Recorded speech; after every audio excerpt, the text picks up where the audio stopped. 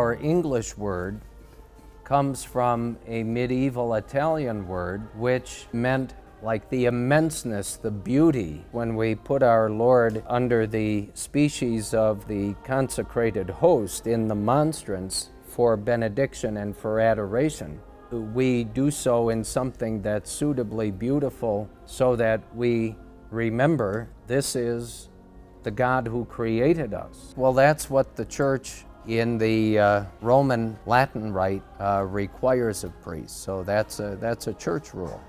The Holy Father can change it, but that's the rule for us right now. That comes from the word adore. We adore and worship God. Adoration is the act of adoring God who we are to worship and adore always.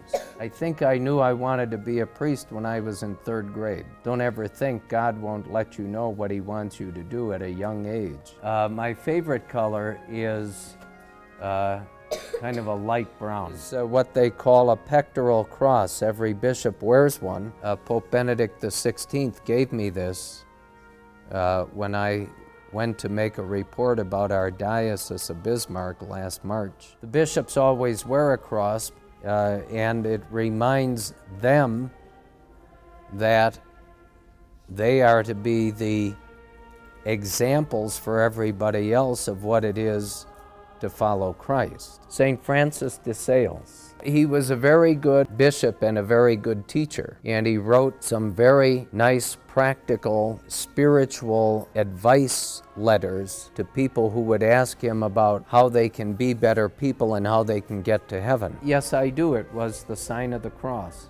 And I learned that about 2 years before I went to 1st grade.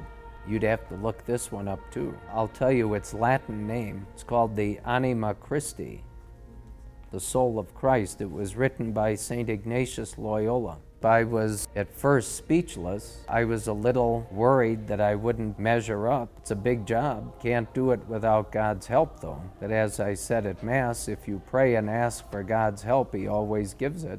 It's hard to believe, I know, but I played baseball.